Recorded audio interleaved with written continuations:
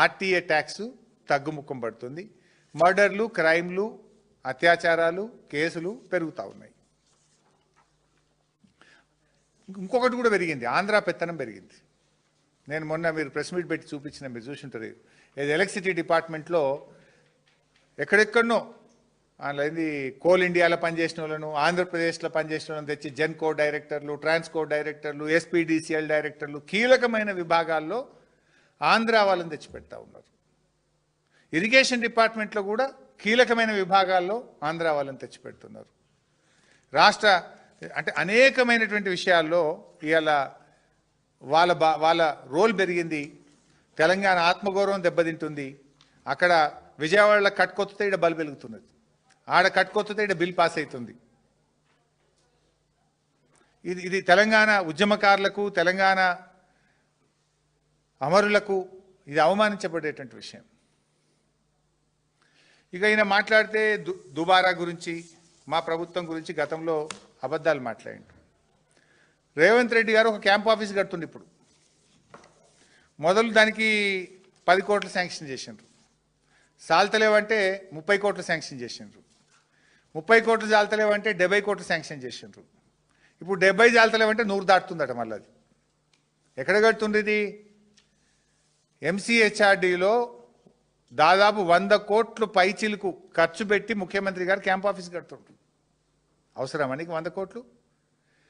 పేదవాళ్లకు fee reimbursement అడిగితే నన్ను కోసుక తినుండ్రి, పైసలు లేవంటాడు. ఈయన ఫుట్బాల్ షోకుల కోసం, ఈయన ఫుట్బాల్ ఆడడం కోసం, ఈయన ఒక్కడి కోసమే 5 కోట్లతోని స్టేడియం కట్టుకున్నాడు ఎంసీహెచ్ఆర్డీలో. 5 కోట్లతో స్టేడియం కడతావు, 100 కోట్లతో రాజ్మహల్ కడతావు. నువ్వు ఆయన ఎవరో మెస్సీతో ఆడతా అని చెప్పి ఆయనను తెచ్చి ఆడడానికి 100 కోట్లు ఖర్చు పెడుతుండు. దానికి మళ్ళీ ఆయన రావాలంటే ఉత్తగా రాడు కదా. ఆ మెస్సీతో ఆడడానికి కోట్ల రూపాయలు ఖర్చు పెడుతుండు. ఆయనతో ఆడనీకి నేర్చుకోవడానికి స్టేడియం కట్టుకుంటే 5 కోట్లు, ఈయన క్యాంప్ ఆఫీస్ రాజ్మహల్కు 100 కోట్ల పైగా ఖర్చు పెడతాడట. ఇప్పుడు మెస్సీని తెప్పించి గేమ్ ఆడితే రాష్ట్రానికి ఏమొస్తుంది? అరే నాకు దళిత బంధు ఇస్తే నా తమ్ముడు బతాడు, మా ఫీజు రియంబర్స్మెంట్ ఇస్తే మా చెల్లె చదువుకుంటుంది, గా పిల్లలకు హాస్టల్లో అన్నం పెడితే కడుపు నిండా మా పిల్లలు బాగుపడతారు. గా పని చేయవే రేవంత్ రెడ్డి అంటే, నేను 100 కోట్లతో క్యాంప్ ఆఫీస్ కట్టుకుంటా, 5 కోట్లతో ఫుట్బాల్ స్టేడియం కడతా, వాడిని ఉన్న మెస్సీని పట్టుకొచ్చి 100 కోట్ల రూపాయలు ఖర్చు పెట్టి నువ్వు ఫుట్బాల్ అంటే మాకొచ్చేది ఏంది? ప్రజలకేం సంబంధం నీ ఫుట్బాల్ షోకులు?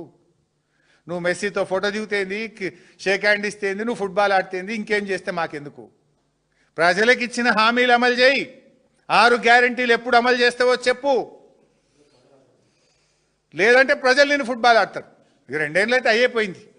ఆ టైం కూడా ఎంతో దూరం లేదు. ప్రజలు నేను ఫుట్బాల్ ఆడే టైం ఎక్కువ దూరం లేదు. అంతా ఆత్మస్థుతి, పరనింద తప్ప ఏమున్నది? 2 ఏళ్లలో తిట్టిందే తప్ప కట్టింది ఒకటి ఉన్నదా? మాట్లాడితే తిట్టుడే. ఆడ పోయి మొన్న కూడా తిట్టిండు నాగార్జున సాగర్ దగ్గర, నల్గొండల, దేవరకొండల.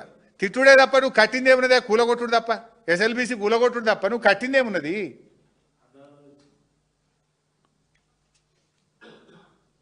మొదటి ఏడాది పాలనతో రేవంత్ 2వ ఏడాది పాలన చూస్తే పేనం మీదకెళ్ళి పొయ్యిల పడ్డట్టయింది. మొదటి ఏడాది పేనం మీద పడ్డది, 2వ ఏడాదికి అయితే పొయ్యిల పడ్డట్టు అయిపోయింది. ఇక 3వ ఏడాదికి ఏమవుతుందో నాకు తెలియదు. ఇక చూడాలి.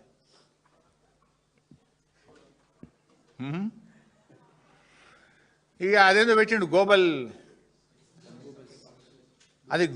గ్లోబల్ సమిట్ కాదు, అది గ్లోబల్ సమిట్. ఎందుకంటే అసలు ఆ భూమి ఎక్కడిదండి? ఆ 13,000 ఎకరాలు బీఆర్ఎస్ ప్రభుత్వము ఒక ఫార్మా హబ్గా తెలంగాణను అభివృద్ధి చేయాలి, లక్షలాది మంది తెలంగాణ బిడ్డలకు ఉద్యోగాలు రావాలని, రాష్ట్ర ప్రభుత్వ ఆదాయం పెరగాలని, ఈ రాష్ట్రం యొక్క గౌరవాన్ని ప్రపంచ పటంలో నిలబెట్టాలని కేసీఆర్ గారు 5 ఏళ్ళు కష్టపడి చేసింది. నువ్వేం చేస్తున్నావు? దాన్ని ఇవాళ నీ అనుయాయులకు, నీ కమిషన్లకు పప్పు బెల్లాలు పంచిపెట్టినట్టు ఇష్టం ఉన్నట్టు పంచిపెడుతున్నావు. నువ్వు ఎక్వైర్ చేసినావు ఆ భూమి. ఆ భూమి అక్విజేషన్లో నీది ఒక చెమట చుక్కు ఉన్నదా? నీ ఆలోచన ఉన్నదా? ఆ భూమిలో గ్లోబల్ సమిట్ పెట్టి అన్ని గ్లోబల్స్ మాటలు మాట్లాడే ప్రయత్నం చేస్తున్నారు. దావోస్లో ఏమైంది తెలియదు. డొల్లా కంపెనీలతో అగ్రిమెంట్లు చేసుకున్నావు. ఇవాళ ఒక్కటి వచ్చింది లేదు, ఒక ఉద్యోగం వచ్చింది లేదు. దావోస్ అంతా కూడా ఏమైంది అనేది తెలుసు. సరే, నీ 2047 డాక్యుమెంట్ ఏంది? అవన్నీ ఇంకొన్ని అది సింపుల్గా చెప్పాలంటే చిత్తశుద్ధి లేని శివ పూజ లాంటిది నీ 2047 విజన్ డాక్యుమెంట్.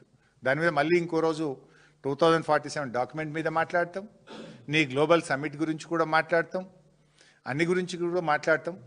ఎందుకంటే నువ్వు దేవుళ్ళు మనుషుల్నే కాదు, రాష్ట్ర ప్రజలనే కాదు, దేవుళ్ళని కూడా మోసం చేసినావు. తప్పకుండా ఆ దేవతలు నిన్ను శిక్షిస్తారు. దేవతలు వదిలిపెట్టరు, దేవుళ్ళు తప్పకుండా నీకు తగిన సమయంలో శిక్ష వేస్తారు.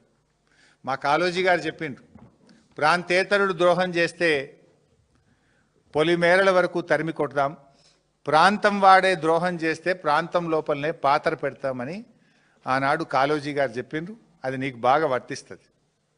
నువ్వు రాష్ట్ర ముఖ్యమంత్రిగా ప్రజలు అవకాశం ఇస్తే నువ్వు ఇలా ఈ రాష్ట్రాన్ని అధోగతి పాలు చేస్తూ, రాష్ట్ర ప్రజల్ని దేవుళ్ళను మోసం చేస్తూ, ఇలా 2 ఏళ్లలో నీ పాలన కష్టాలను తెచ్చిపెట్టింది. ప్రజలను, అన్ని వర్గాల ప్రజల్ని నువ్వు గోసపెట్టినవు.